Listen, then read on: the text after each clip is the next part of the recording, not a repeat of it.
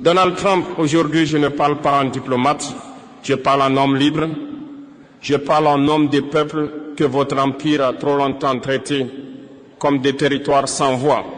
Ce que vous appelez la capture de Maduro, nous l'appelons un enlèvement politique. Ce que vous appelez la loi, nous l'appelons le terrorisme d'État. Oui, terrorisme d'État. Parce que lorsqu'une puissance utilise la force, la peur et la coercition pour humilier un président élu, ce n'est plus de la justice, c'est de la domination. Monsieur Trump, écoutez bien, quand un président africain est renversé, vous appelez cela une transition. Quand un président latino-américain est capturé, vous appelez cela une opération. Mais quand vos intérêts sont menacés, vous appelez cela la démocratie. Deux poids, deux mesures. Toujours, aujourd'hui, Maduro. Demain qui? Aujourd'hui, c'est le Venezuela. Hier, c'était l'Irak. Avant-hier, la Libye. Et demain, ce sera n'importe quel pays qui ose dire non. Vous voulez faire croire au monde qu'aucune nation n'est souveraine sans votre permission. Mais je vous le dis clairement, un président n'est pas une proie. Un État n'est pas une chasse gardée. Un peuple n'est pas un troupeau. Ce que vous avez fait au Venezuela n'est pas un message envoyé à Maduro. C'est un message de menace envoyé à tous les peuples libres. Monsieur Trump, vous avez franchi une ligne. Vous avez prouvé une chose au monde entier. La souveraineté, selon Washington, est conditionnelle. Conditionnelle à l'obéissance, conditionnelle au silence, conditionnelle à la soumission. Mais l'Afrique regarde, l'Amérique latine regarde, Haïti regarde, le monde regarde. Et cette fois, nous ne ferons pas semblant de ne rien voir.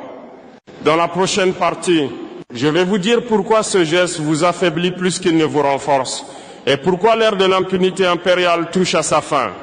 Monsieur Trump, vous croyez que la force, c'est d'arrêter un homme. Vous croyez que la puissance, c'est d'humilier un État devant les caméras. Vous vous trompez. La vraie force, c'est d'être respecté sans menace.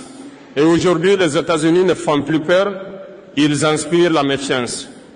Vous avez confondu autorité et intimidation. Arrêter un président étranger, ce n'est pas gouverner le monde, c'est lui dire « nous n'avons plus d'arguments, alors nous utilisons la force ». C'est l'aveu d'un empire qui n'arrive plus à convaincre. Regardez bien ce que vous avez déclenché. En capturant Maduro, vous n'avez pas isolé le Venezuela. Vous avez réveillé la mémoire collective, la mémoire de l'Amérique latine, la mémoire de l'Afrique, la mémoire d'Haïti, la mémoire de tous les peuples qui savent ce que signifie l'ingérence, le chantage, la punition. Monsieur Trump, l'histoire ne vous obéit pas. Vous pensez écrire l'histoire avec des sanctions, des drones et des menaces. Mais l'histoire, elle ne se soumet jamais longtemps. Chaque empire a cru être éternel. Chaque empire a cru être intouchable. Aucun ne l'a été. Votre message est clair et il est dangereux. Votre message dit ceci: si vous ne coopérez pas, vous serez punis. Mais ce message produit l'effet inverse. Il pousse le peuple à chercher des alternatives, à se détacher de vos systèmes, à construire sans vous. Vous avez perdu l'arme la plus puissante, la légitimité. Sans légitimité, la force devient brutalité. Sans respect, la puissance devient peur. Et la peur, Monsieur Trump, ne dure jamais. Je vous le dis sans menace, mais sans faiblesse. Ce que vous avez fait à Maduro sera étudié, analysé, retenu. Et chaque pays saura désormais que la protection américaine a un prix, la soumission totale. Je vais vous expliquer pourquoi l'Afrique ne sera plus jamais un terrain d'expérimentation et pourquoi ce monde unipolaire touche à sa fin. Monsieur Trump, pendant trop longtemps, l'Afrique a été traitée comme un terrain d'essai, un endroit où l'on teste des coups d'État, des sanctions, des dirigeants dociles et des peuples qu'on croit sans mémoire. Cette époque est terminée. Ce que vous avez fait au Venezuela, nous le reconnaissons parce que nous l'avons vécu, sous d'autres noms, avec d'autres prétextes, mais toujours avec la même logique. En Afrique, on a capturé des présidents autrement, par la dette, par la corruption imposée, par la peur fabriquée. Vous appelez cela coopération. Nous appelons cela domination. Vous avez pris nos matières premières et laissé nos peuples pauvres. Vous avez soutenu des régimes faibles pour mieux contrôler des nations riches. Et maintenant, vous vous étonnez que l'Afrique parle d'une seule voix. Monsieur Trump, écoutez ceci attentivement. L'Afrique observe la capture de Maduro comme un miroir du passé et un avertissement pour l'avenir. Si un président latino-américain peut être humilié publiquement, alors aucun président africain n'est en sécurité dans votre ordre mondial. Mais voici ce que vous n'avez pas compris. Nous ne voulons pas remplacer un maître par un autre. Nous ne voulons pas changer de chaîne. Nous voulons les briser. L'Afrique ne mendie plus. Elle s'organise, elle apprend, elle coopère autrement. Votre monde unipolaire se fissure. Vous appelez cela une menace. Nous appelons cela un rééquilibrage naturel de l'histoire. Quand un système ne profite qu'à une minorité, il finit toujours par être remis en cause. Ce discours n'est pas une provocation. C'est un constat, un avertissement calme, un message clair. L'Afrique ne sera plus jamais votre laboratoire politique, économique ou militaire. Je vais parler d'un peuple qui comprend cette réalité mieux que tous les autres. Haïti.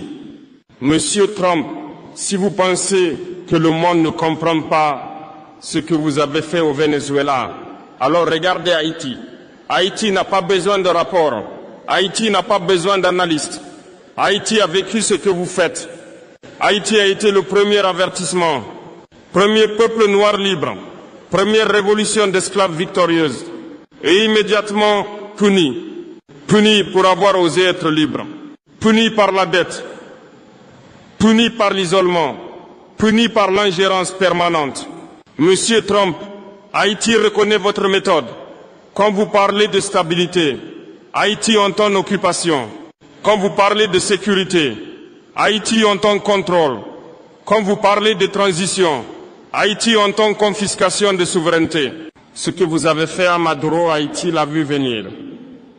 Parce que le scénario est le même de légitimer, asphyxier, isoler puis frapper. Toujours au nom du bien, toujours au nom de la démocratie, mais jamais avec le consentement des peuples. Haïti n'est pas faible. Haïti est entravé. Ce pays n'a jamais été autorisé à respirer librement, à choisir librement, à se reconstruire sans tutelle. Et pourtant, malgré tout, Haïti tient encore. Monsieur Trump, comprenez ceci. Quand vous humiliez Maduro, vous rouvrez une blessure haïtienne. Quand vous niez la souveraineté du Venezuela, vous confirmez à Haïti qu'elle n'a jamais été considérée comme égale. Mais l'histoire a une mémoire. Les peuples que vous croyez brisés sont souvent ceux qui finissent par inspirer les autres. Haïti n'est pas un échec. Haïti est un avertissement ignoré. Monsieur Trump, ce que Washington craint le plus n'est ni un pays, ni un président, ni une armée. Ce que vous craignez, c'est l'unité. Diviser pour régner, votre vieille méthode. Pendant des décennies, vous avez opposé l'Afrique à l'Afrique, l'Amérique latine à elle-même, les Caraïbes à l'isolement. Toujours la même stratégie. Diviser, affaiblir, contrôler. Mais quelque chose a changé. Aujourd'hui, les peuples se parlent. Ils comparent leurs histoires. Ils reconnaissent les mêmes blessures. Et ils comprennent qu'ils ont été traités selon un seul et même modèle. Maduro, Haïti, l'Afrique, le même combat. Ce n'est pas une question de dirigeants. Ce n'est pas une question d'idéologie. C'est une question de dignité collective. Quand vous capturez Maduro, vous ne défiez pas seulement le Venezuela. Vous provoquez l'Afrique, Haïti, l'Amérique latine et tous ceux qui refusent désormais la soumission déguisée. Je ne parle pas de guerre. Je parle d'alignement moral, d'intelligence collective, de refus coordonné, de l'humiliation. Et cela, aucune armée ne peut l'arrêter. Je dirais clairement ce que signifie résister sans se détruire. Et pourquoi la peur change enfin de camp? Monsieur Trump, l'époque des ordres est terminée.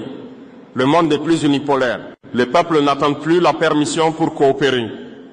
Ils créent des ponts sans vous demander l'autorisation. Ils échangent sans vos sanctions. Ils construisent sans vos conditions. Monsieur Trump, vous avez appris au monde que résister signifiait se battre, se déchirer, se sacrifier.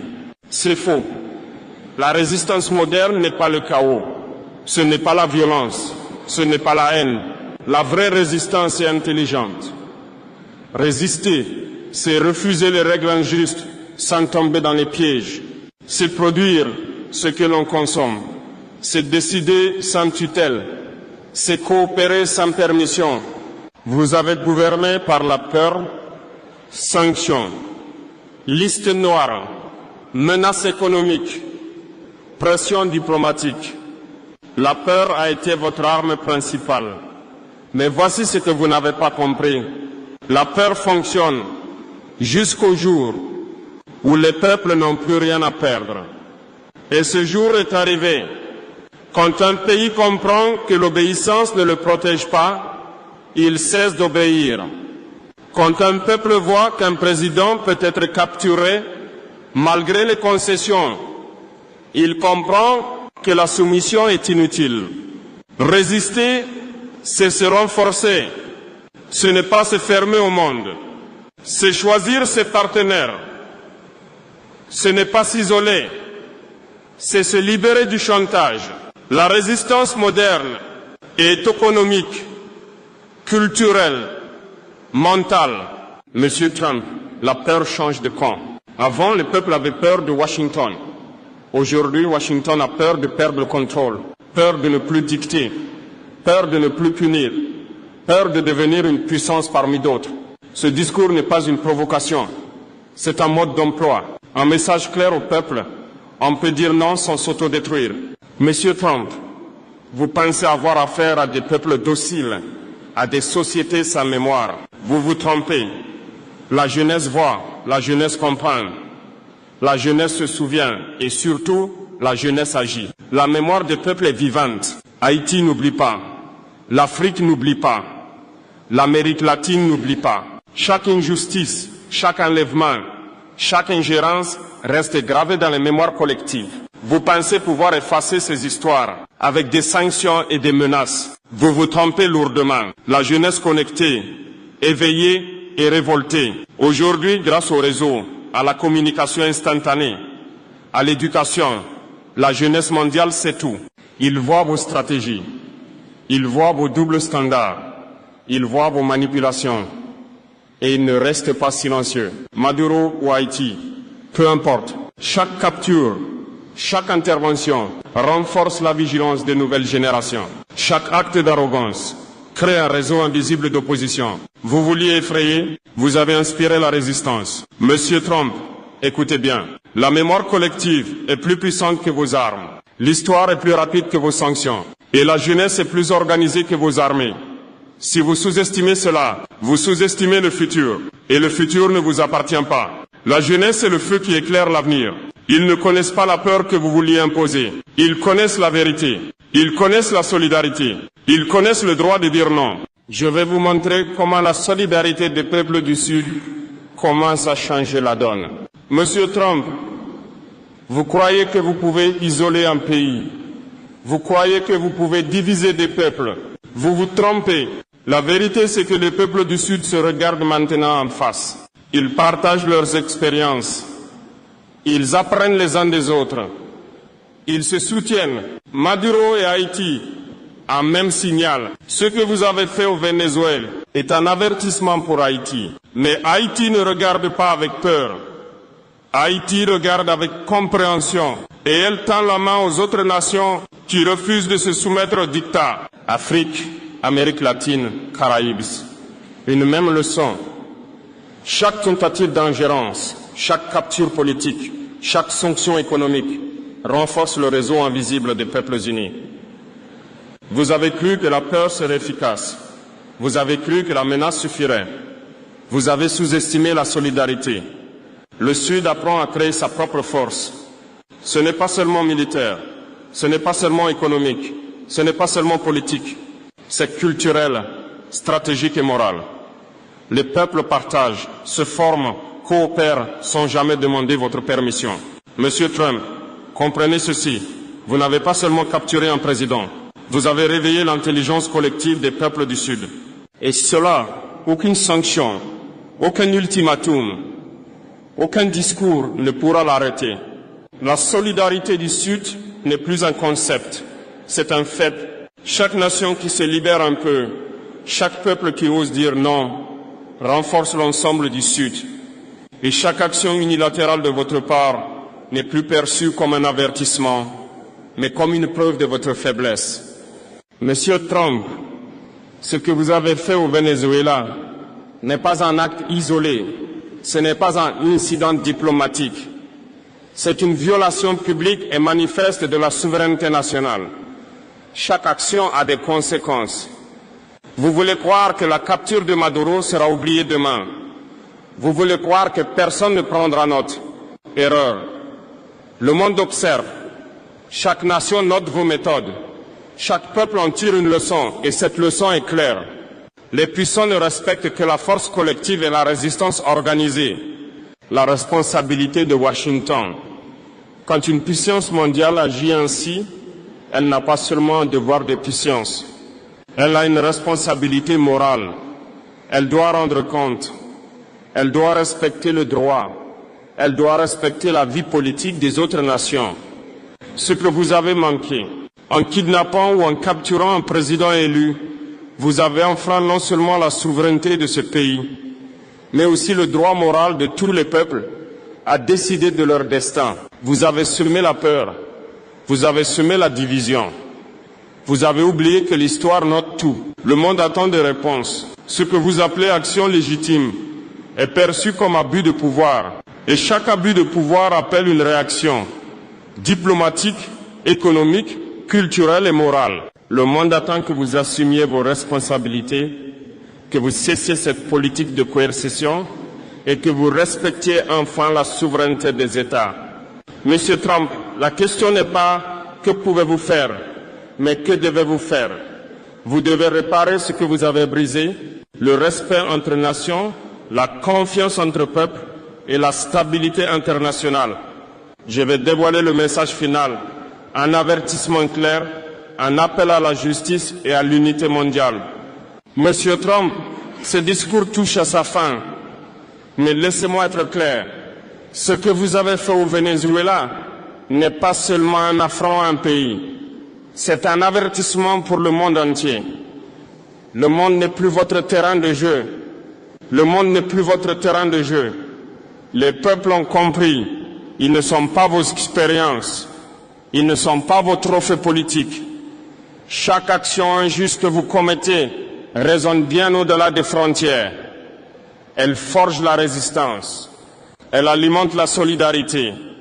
Elle construit l'histoire des peuples libres. La justice n'est pas une option. Vous pouvez tenter de détourner l'attention.